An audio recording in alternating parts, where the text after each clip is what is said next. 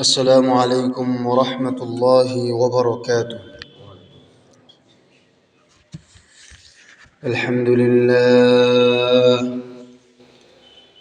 لله نحمده ونستعينه ونستغفره ونؤمن به ونتوكل عليه ونعوذ بالله من شرور أنفسنا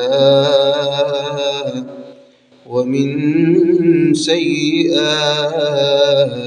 أعمالنا. من يهده الله فلا مضل له ومن يضلله فلا هادي له. ونشهد أن لا إله إلا الله وحده لا شريك له. ونشهد أن سيدنا وسندنا ونبينا وحبيبنا ومولانا محمدا عبده ورسوله صلى الله تعالى عليه وعلى آله وأصحابه وبارك وسلم تسليما كثيرا. أرسله بالحق بشيرا ونذيرا وداعيا إلى الله بإذنه وسراجا منيرا. إن الله وملائكته يصلون على النبي يا أيها الذين آمنوا صلوا عليه وسلموا تسليما. صلى الله على سيدنا محمد وآله وأصحابه وسلم. صلى الله على سيدنا محمد وآله وأصحابه وسلم. بلغ الهدى بكماله كشف الدجى بجماله حسنت جميع خصاله. صلوا عليه وآله. بلغ الهدى بكماله كشف الدجى بجماله حسنت جميع خصاله. صلوا عليه وآله. قال الله تعالى في كلامه المجيد وفرقانه الحميد: أعوذ بالله من الشيطان الرجيم. بسم الله الرحمن الرحيم.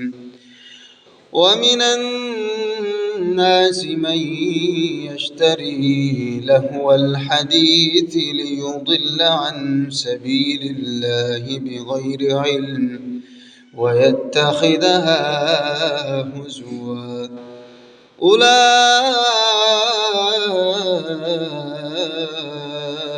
لهم عذاب مهين.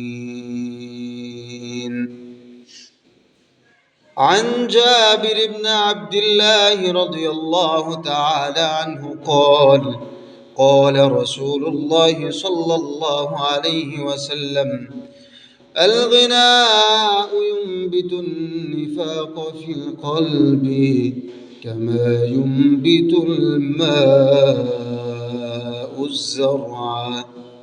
صدق الله مولانا العظيم وصدق رسوله النبي الكريم ونحن على ذلك لمن الشاهدين والشاكرين والحمد لله رب العالمين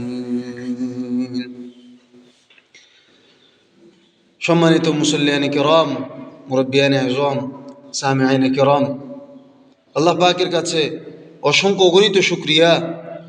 তিনি আমাদেরকে আজকের এই পবিত্র জুমার দিনে, পবিত্র রজব মাসের প্রথম জুমায় আমাকে আপনাকে আসার তৌফিক দান করেছেন। আলহামদুলিল্লাহ।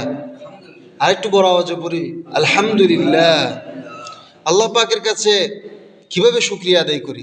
আল্লাহ পাক আমাদেরকে ভালো কাজের জন্য তৌফিক দান করেছেন, এর চেয়ে বড় আর কি হতে পারে? আল্লাহ পাক আমাদেরকে তাড়াতাড়ি মসজিদে আসার তৌফিক দান করেছেন। হাদিসে পাকে আছে, সবার আগে যে আসবে জুমাবারে মসজিদে, তাকে এক উট কুরবানি করলে যে সওয়াব দেওয়া হয়, তাকে সেই পরিমাণ সওয়াব দেওয়া হবে। সুবহানাল্লাহ। যে দ্বিতীয়তে আসবে, তাকে এক বকরি বা গরু জবে করলে যে কুরবানির সওয়াবটা হবে, সে পরিমাণ সওয়াব দেওয়া হবে। যে তৃতীয়তে আসবে, তাকে এক ছাগল ছানা বা ছাগল জবে করলে যেই সওয়াব হবে, কুরবানি করলে আল্লাহর রাস্তায় যে সওয়াব হবে, তাকে তা দান করা হবে। সুবহানাল্লাহ। আল্লাহ পাক আমাদেরকে কবুল করে এখানে নিয়ে এসছেন, এটাই আল্লাহ পাকের কাছে আমাদের বড় পাওনা। সম্মানিত মুসল্লিয়ানে কিরাম, আজকে আমি গান বাজনার যে হারাম, আল্লাহ পাক এই সমস্ত জিনিস হারাম করেছেন, এ বিষয়ে কোরআন পাকের আলোকে, হাদিসে পাকের আলোকে আপনাদের সামনে কিছু আলোচনা করব ইনশাআল্লাহ। মুহতারাম হাজিরিন, গান বাজনা এবং বিভিন্ন বাদ্যযন্ত্রের ক্রিয়াকলাপ আমাদের জীবনের সাথে ওতপ্রোতভাবে জড়িত। বর্তমান সময়ে আমরা যারা যুবক বয়সী আছি, তারা এই গান বাজনার সাথে আরও বেশি জড়িত। অতীতে গান বাজনা এত সহজ ছিল না, একটা আসর বসাতে হতো, গায়ক ভাড়া করতে হতো। কিন্তু এখন মোবাইল ফোন থাকাতে, স্মার্টফোন থাকাতে সবার পকেটে পকেটেই গান চলে আসছে। আল্লাহ পাক এই গান, এই বাদ্যযন্ত্র, এসব কিছু হারাম করেছেন। এখন এই মোবাইলের মাধ্যমে একদম ছড়াছড়ি পর্যায়ে পৌঁছে গিয়েছে এই বাদ্যযন্ত্র। বিশেষ করে কোনো একটি কিছু উপলক্ষ করে আমরা আমাদের মুসলমানের ছেলেরা দেখি, ঈদের দিন রাত্রে, অর্থাৎ 30তম রমজান বা 29তম রমজানের যে চাঁদ রাত আমরা বলি, এটা ইসলামে পবিত্র রাত সমূহের মধ্যে একটা। ইসলামের মধ্যে যদি কয়েকটা বড় বড় রাত থেকে থাকে, তার মধ্যে এটা একটা। এই রাতে দোয়া করলে আল্লাহ পাক কবুল করবেন বলেছেন হাদিসে পাকে, পবিত্র রাত বলে এটা ঘোষণা করা হয়েছে। কিন্তু সে রাতে আমরা পটকা ফুটাই, বিভিন্ন গান বাজনা করি। হ্যাঁ, আনন্দ করব অবশ্যই, ঠিক আছে, কিন্তু এই আনন্দটা শরীয়ত সম্মতভাবে হতে হবে। আমার যে আনন্দ, এই আনন্দটা শরীয়তে আমাকে যে গণ্ডি বেঁধে দিয়েছে, এর মধ্যে থেকে করতে হবে, না হয় আমি গুনাহগার হব। যাদেরকে উদ্দেশ্য করে বলছি, এই মুন্সিবাড়ির যারা যুব সমাজ আছে, তারা তো এখনো মসজিদে আসেনি। সবাইকে তাড়াতাড়ি মসজিদে চলে আসার অনুরোধ করছি। 2-4টা দিনের কথা আমাদের শুনতে হবে। এই শুক্রবার, জুমাবার 20-25 মিনিট, আধা ঘন্টার মতো দিনের আলোচনা শোনার আপনাদের এই সুবর্ণ সুযোগ, এটা আপনারা হাতছাড়া করবেন না। আপনাদের জ্ঞান সমৃদ্ধ হবে, দ্বীনের কিছু আলাপ আপনারা শুনতে পারবেন, কোনটা হারাম কোনটা হালাল, এই বিষয়ে জ্ঞান আপনার না থাকলে আপনি কিভাবে ভালো খারাপ বুঝবেন? ভালো খারাপ বোঝার জন্য সে বিষয়ে তো আপনার জ্ঞান থাকতে হবে। এ বিষয়ে জ্ঞান না থাকলে আপনি তো বুঝবেন না কোন জিনিস খারাপ কোন জিনিস ভালো। বোঝার জন্য সে বিষয়ে জানতে হবে। এই শুক্রবারে, জুমাবারে, জুমার পূর্বে কিছু দ্বীনি ধর্মীয় আলোচনা হয়।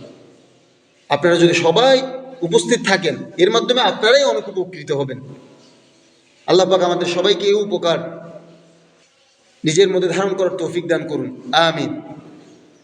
আল্লাহ পাক কোরআনে পাকে বলেন, ওয়ামিনান الناس من يشتري لهو الحديث ليضل عن سبيل الله بغير علم ويتخذها هزوا أولئك لهم عذاب مهين মানুষের মধ্যে কেউ কেউ না জেনে আল্লাহর পথ থেকে মানুষকে বিভ্রান্ত করার জন্য বেহুদা কথাবার্তা খরিদ করে আর তারা সেগুলোকে হাসি ঠাট্টা হিসেবে গ্রহণ করে। আল্লাহ পাক বলছেন তাদের জন্য রয়েছে লাঞ্ছনাকর আযাব। আল্লাহ পাক বলছেন এই কোরআন পাকের আয়াতটা নাজিল হওয়ার পিছনে একটি ঘটনা আছে। রাসূল আকরাম সাল্লাল্লাহু আলাইহি ওয়াসাল্লাম যখন মক্কার মধ্যে দ্বীনের দাওয়াত পৌঁছে দিচ্ছিলেন, তখন মক্কার এক কাফের একজন গায়িকা ভাড়া করেছিল, দাসী ক্রয় করেছিল, তার মাধ্যমে বিভিন্ন আমোদ ফুর্তি করাবে। তাকে কেন্দ্র করে সবাই রাসূল সাল্লাল্লাহু আলাইহি ওয়াসাল্লামের এই ভালো কথা থেকে যেন মুখ ফিরিয়ে নেয়। তাই আল্লাহ পাক কোরআনে পাকে এই আয়াত বলেন মানুষের মধ্য থেকে কেউ কেউ কি করে না জেনে আল্লাহর যে পথ আছে সেই পথ থেকে বিভ্রান্ত করার জন্য বেহুদা কথা, এই বেহুদা কথা দ্বারা মুহাদ্দিসিনে কেরাম মুফাসসিরিনে কেরাম বলছেন এই বেহুদা কথা দ্বারা আল্লাহ পাক বাদ্যযন্ত্র, গান বাজনা এসব কিছু উদ্দেশ্য করেছেন। এসব কিছু থেকে আল্লাহ পাক দূরে থাকতে বলেছেন। তা আল্লাহ পাক এই আয়াতে কারিমাতে বলেন অনেক কেউ না জেনে আল্লাহর পথ থেকে মানুষকে দূরে সরিয়ে রাখার জন্য বেহুদা কথা খরিদ করে, অর্থাৎ গান বাদ্যযন্ত্র এগুলো খরিদ করে বা এগুলো দ্বারা মানুষকে আকৃষ্ট করে। তারা সেগুলোকে ঠাট্টা হাসি হিসেবে দেখে, আনন্দ হিসেবে দেখে এই গান বাজনাগুলোকে।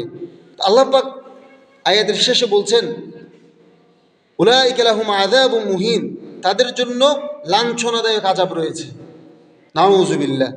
অর্থাৎ আমরা ক্ষণিকের একটা আনন্দ পাচ্ছি গান শুনে, এই বাদ্যযন্ত্র শুনে, নায়িকাদের নাচ দেখে, গায়িকাদের গান শুনে আমরা কিছুক্ষণের জন্য একটা মনের মধ্যে তৃপ্তি পাচ্ছি, কিন্তু এই তৃপ্তিটা আল্লাহ পাক বলছেন পরকালে আমাদেরকে এর জন্য লাঞ্ছনাদায়ক আযাব ভোগ করতে হবে। নাউযুবিল্লাহ। আল্লাহ পাক আমাদেরকে এসব থেকে বাঁচিয়ে রাখুন। হাদিসে পাকে রাসূল আকরাম সাল্লাল্লাহু আলাইহি ওয়াসাল্লাম বলেছেন আল গিনাউ ইউমবিতুন নিফাক ফিল কলব কামা ইউমবিতুল মাউ যারআ। গান বাদ্যযন্ত্র ইউমবিতুন নিফাক ফিল কলব, কলবের মধ্যে অন্তরের মধ্যে কপটতা সৃষ্টি করে, খারাপ কাজের প্রতি আকৃষ্টতা সৃষ্টি করে, মনের মধ্যে অন্ধকারে নিয়ে আসে। কলবের মধ্যে আপনার ভালো কাজ করতে চাইলে এই অন্ধকার কলব কি সায় দিবে আপনাকে? কখনো না।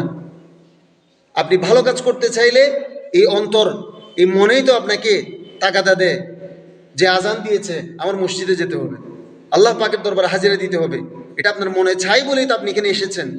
এই মনটাই যখন কালো হয়ে যাবে, এই মনের মধ্যেই যখন কপটতা ঢুকে যাবে, তখন অটোমেটিক আপনি ভালো কাজ থেকে দূরে সরে যাবেন। তো আল্লাহ পাক বলছেন কোরআনে পাকে যেভাবে বলেছেন, হাদিসে পাকে রাসূল আকরাম সাল্লাল্লাহু আলাইহি ওয়াসাল্লাম বলছেন আল গিনাউ ইউমবিতুন নিফাক ফিল কলব কামা ইউমবিতুল মাউ যারআ। গান বাদ্য, নাচ গান এ সমস্ত কিছু অন্তরের মধ্যে কপটতা সৃষ্টি করে। কিভাবে করে? কামা ইউমবিতুল মাউ যারআ, যেভাবে পানি শস্য উৎপন্ন করে। অর্থাৎ আপনি যখন আপনার শস্য অর্থাৎ ধান যখন আপনারা কি করেন, একটা পর্যায়ে পৌঁছে পানি দিতে হয় না? পানি দিলে কি হয়? জিনিসটা ফুটে উঠে খাওয়ার মতো পরিবেশ, ধান চলে আসে। এখন আপনি যদি পানি না দেন এই জিনিসটা মরে যাবে না? তো এভাবে আপনি শস্যের মধ্যে পানি দিলে যেরকম কি হয়, শস্যটা ভালোভাবে উৎপন্ন হয়, একইভাবে আপনি যখন গান বাজনা শুনবেন, নর্তকীর নাচ দেখবেন, গায়িকার গান শুনবেন, আপনার কলবের মধ্যে এভাবে কপটতার ভিতর থেকে কি করবে? বুদবুদ করবে যে আল্লাহ পাক, গত জুমায় বলেছি, আল্লাহ পাক আমাদেরকে ভালো কাজ করার জন্য যেভাবে মনটা দিয়েছেন, একই মনে কিন্তু আবার খারাপ কাজ করার শক্তি সামর্থ্য আল্লাহ পাক দিয়েছেন। যেটা বলো সেটা আমরা নিজেরা বেছে নিব। এই খারাপ কাজ বেছে নেওয়ার যে অন্তরটা আমাদের আছে, নফসে আম্মারা, এটা মাথা ছাড়া দিয়ে উঠবে যখন আপনি এই অশ্লীলতার মধ্যে যাবেন। তখন কিভাবে?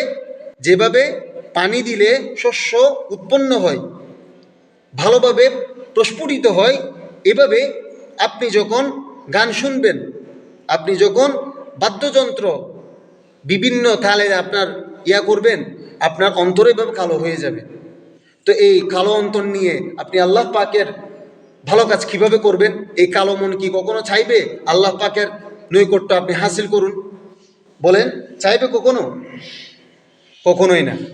রসুল আকরাম সাল্লাল্লাহু আলাইহি ওয়াসাল্লাম তাই বলছেন,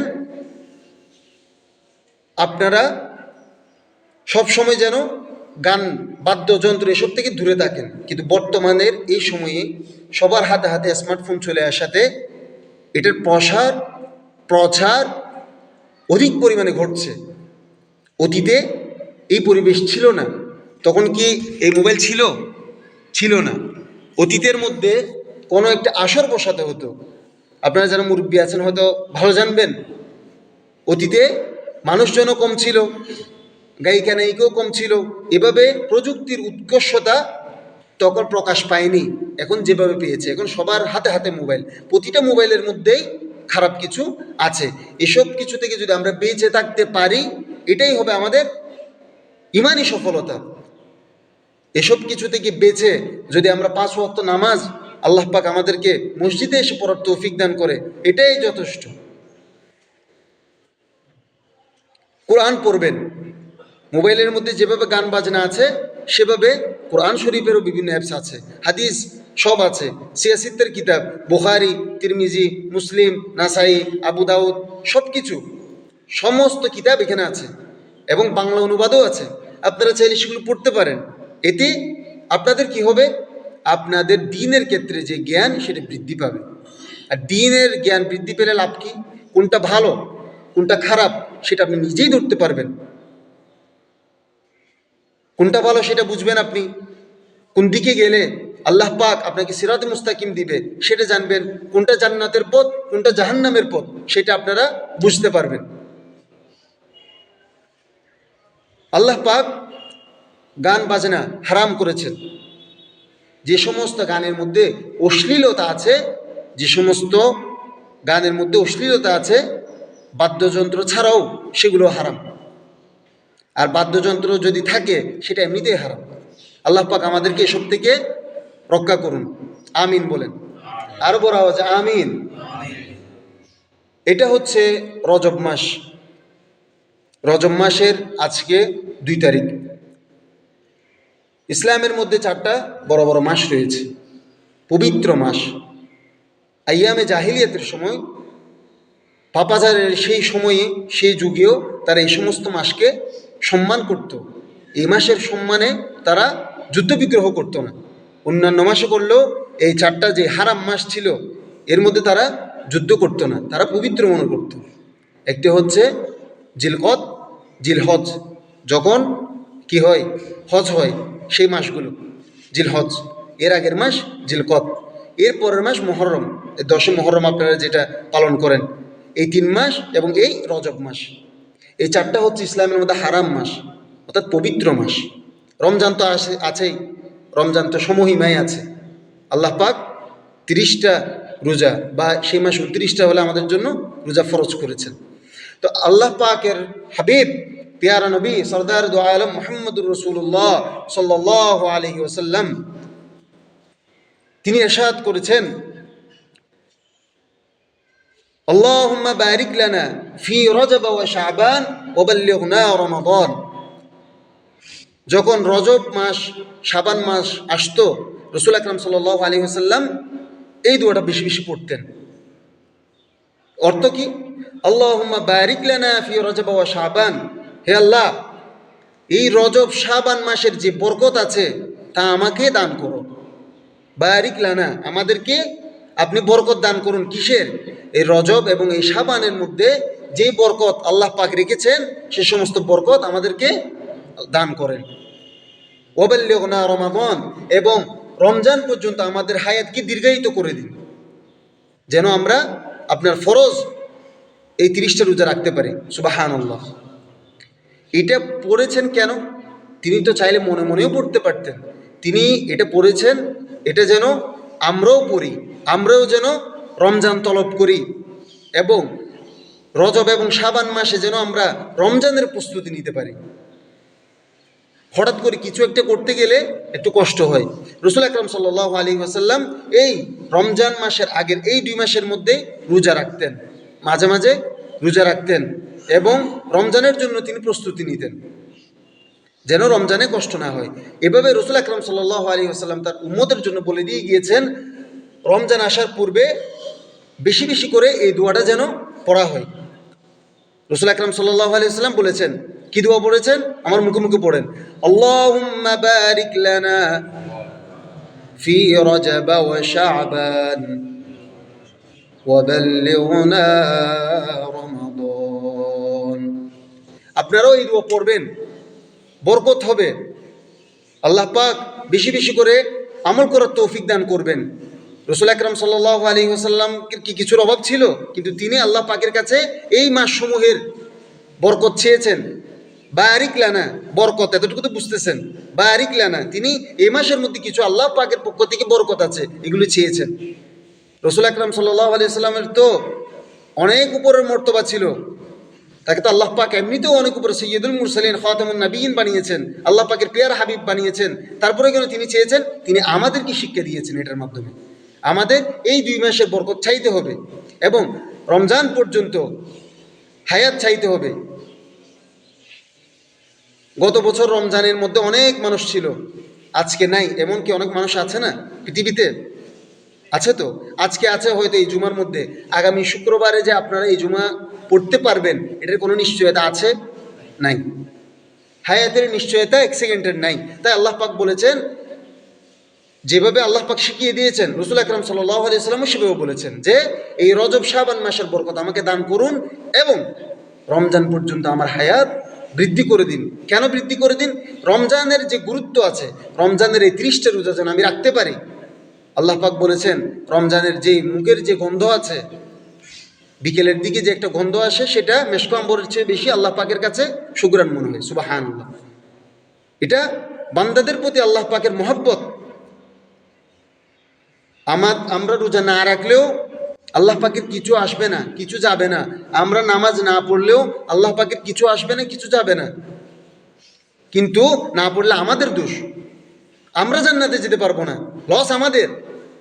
এটা আমাদের চিন্তা আমাদের করতে হবে, নিজের ফিকির নিজেই করতে হবে। আমরা রাতের খাওয়ার জন্য কি সব কিছু নিয়ে আগে বাড়িতে যাই না রান্না করার জন্য? মাল সামান তৈরি করি তো।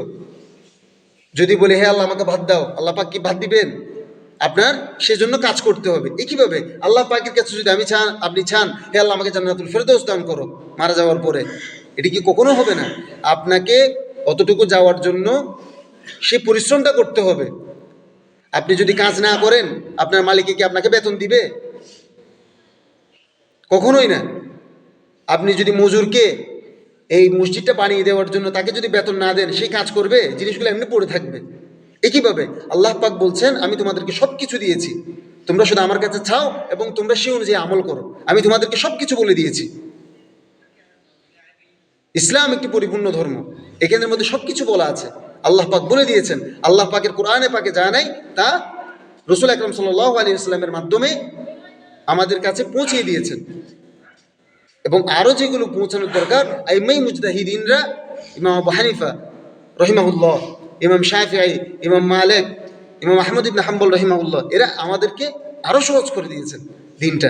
কোনটা হারাম কোনটা ভালো, কিভাবে হাত তুলবো, কিভাবে নামাবো, কি করব না করব, সব কিছুই একদম পুঙ্খানুপুঙ্খভাবে আমাদেরকে বলে দিয়েছেন, অনেক সহজ করে দিয়েছেন। এবার দায়িত্ব আমাদের উপরে। আমরা যদি ঠিকভাবে নামাজ পড়ি সে অনুযায়ী আল্লাহ পাকের কাছে আমরা যা পাবো, কোরআন পড়লে সে অনুযায়ী আল্লাহ পাকের কাছে আমরা যা পাবো। যদি না পড়ি সেটার শাস্তিও আমি ভোগ করব, আমার শাস্তি আপনি ভোগ করবেন না। কবরের মধ্যে শাস্তি দেওয়া হবে আপনার পাপের কারণে আপনাকে। আপনার ছেলেরা খারাপ কাজ করছে তাই আপনার ছেলেদের দোষ আপনার উপরে দিবে না, আপনারটার জন্য আপনি পাবেন, আমারটার জন্য আমি পাবো। তাই যার যার ফিকির তার করতে হবে। রসুল আকরাম সাল্লাল্লাহু আলাইহি ওয়াসাল্লাম আমাদেরকে যেভাবে বলেছেন সেই অনুযায়ী সেই পথে চলতে হবে। আল্লাহ পাক কোরআনে পাকে যেভাবে বলেছেন সেভাবেই আমাদের জীবন গঠন করতে হবে। আল্লাহ পাক বলেছেন বাদ্যযন্ত্র হারাম, রসুল আকরাম সাল্লাল্লাহু আলাইহি ওয়াসাল্লাম তাগিদ দিয়ে বলেছেন এটা হারাম, হারাম, হারাম। আমাদেরকে এটা মেনে চলতে হবে। অবশ্যই আনন্দ ফুর্তি করব, কিন্তু শরীয়তে আমাদেরকে একটা বিধান বেঁধে দিয়েছেন, একটা সীমারেখা টেনে দিয়েছে। ইসলাম আমাদেরকে আনন্দ ফুর্তি করতে মানা করেনি, কিন্তু এই আনন্দ ফুর্তি করতে গিয়ে যেন আমরা ইসলামের বাহিরে না যাই। যদি যাই কি হবে, সে অনুযায়ী আমরা শাস্তি পাবো। আল্লাহ পাক আমাদেরকে কি বলবেন? লাঞ্ছনাদায়ক আযাব দিবেন। উলাইকা লাহুম আযাবুম মুহিন, কোরআনে পাকে স্পষ্ট আছে। যদি আমরা এই সমস্ত কাজকর্ম করে থাকি তাহলে আমাদেরকে লাঞ্ছনাদায়ক আযাব দিবেন বলেছেন। আল্লাহ পাকের কথা সত্য। আল্লাহ পাক যেমন বড়, আল্লাহ পাকের শাস্তিও বড়। মানুষ যেহেতু বড় হয় তার মকামত তো বড়। আল্লাহ পাক তো সবার ঊর্ধ্বে, তিনি যেমন সবার বড় তার শাস্তিগুলোও বড়। এবং আমরা যদি এই সমস্ত কিছু থেকে নিজেকে বাঁচিয়ে রাখতে পারি আল্লাহ পাক আমাদেরকে যে পুরস্কার দিবেন সেটাও বড়। সুবহানাল্লাহ। আল্লাহ পাক আমাদেরকে জান্নাত দিবেন বলেছেন যদি আল্লাহ পাক যেভাবে বলেছেন সেভাবে যদি আমরা চলতে পারি। আল্লাহ পাক আমাদেরকে সে অনুযায়ী চলার তৌফিক দান করুন এবং রজব শাবান মাসের যে পবিত্রতা আছে সে পবিত্রতা রক্ষা করার তৌফিক দান করুন এবং আমরা বেশি বেশি রমজান তলব করার তৌফিক দান করুন। এই বলে এখানেই শেষ করছি। هذا ما عندي والعلم عند الله. أقول قولي هذا وأستغفر الله لي ولكم ولسائر المسلمين من كل ذنب فاستغفروه إنه هو التواب الرحيم. السلام عليكم ورحمة الله وبركاته.